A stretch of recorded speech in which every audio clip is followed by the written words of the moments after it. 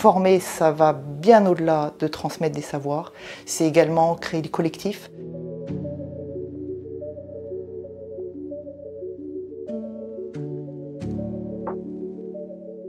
Alors, un petit peu d'audit externe, puis trader, directrice d'audit interne d'une banque, et puis sur le coup de la quarantaine, une envie d'être professeur.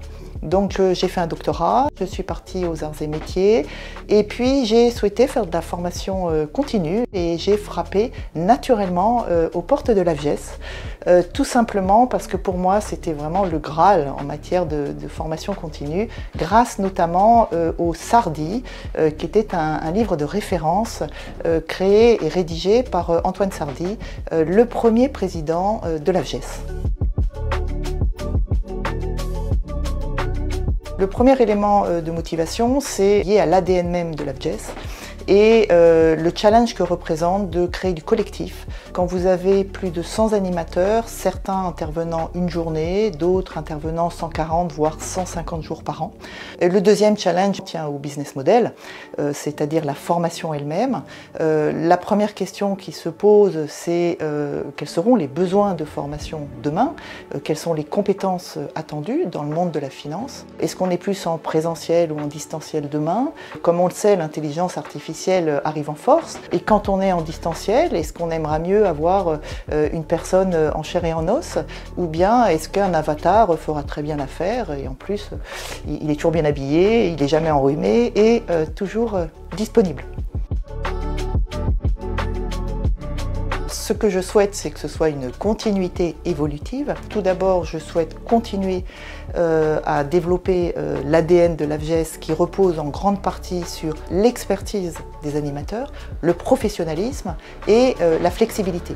Et tout ceci a été rendu possible d'une part par les présidents successifs, Antoine Sardi et Hugues Beaugrand, et possible également grâce à Karin Sbaï et l'ensemble de ses équipes. Donc ça, c'est un premier point qui me semble vraiment important. Le deuxième, c'est de continuer à développer une cohésion et un collectif au travers de l'ensemble des animateurs. La troisième composante, c'est de poursuivre la création de valeur pour nos clients, qui est rendue possible par à la fois l'expertise et cette flexibilité. Et enfin, il me semble important que l'AFGES facilite l'inclusion, notamment dans le domaine de la formation, et que l'AFGES puisse permettre à certains qui n'ont pas forcément les moyens de s'offrir ce type de formation. Une salle de formation vide quelque part, c'est un petit peu comme un appartement dans Paris qui est vide alors que beaucoup de personnes chercheraient à se loger. Donc je considère qu'il y a encore de la place pour pouvoir accueillir et faciliter le partage des connaissances. Tout d'abord, faire prendre conscience à chacun que former, ça va bien au-delà de transmettre des savoirs.